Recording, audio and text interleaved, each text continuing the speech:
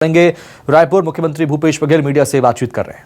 CBI के जो उपयोग दुरुपयोग जो भी कहें, भले एक जीवीके कंपनी की तरफ से खंडन आ गया, लेकिन वो तिथि तो बताएं क्या, जब डील हुई उसके ठीक पहले उसके यहाँ आईटी और ईडी का रेट नहीं हुआ था, और जो कंपनी खरीदे उसमें आईटी ईडी का रेट नहीं हुआ था।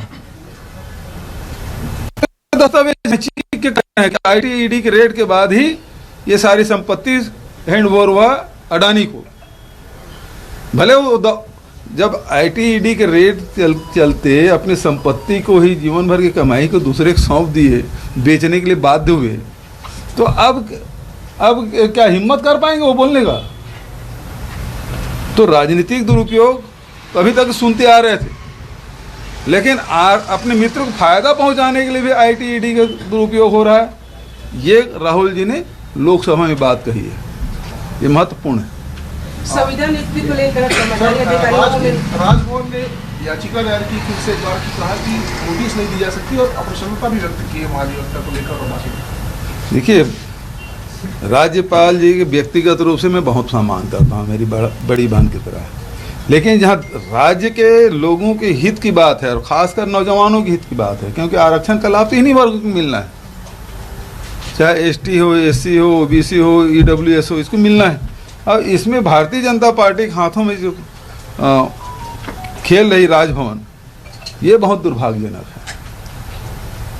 और बात यह है कि यदि विधानसभा जो बिल पारित हो, या तो उसे आप लौटा दें या हस्ताक्षर करें या अनंत काल तक रख सकते हैं। इस बात को मैं बार बार मैंने कहा है। चौथा काम उसमें नहीं है आपका, 3 ही काम कर सकते हैं उस धारा के तहत, सेक्शन 200 के तहत, आर्टिकल 200 के तहत केवल वही है कि आप हस्ताक्षर करेंगे, वापस विधानसभा वापस करेंगे या अनंत काल तक रोक सकते हैं।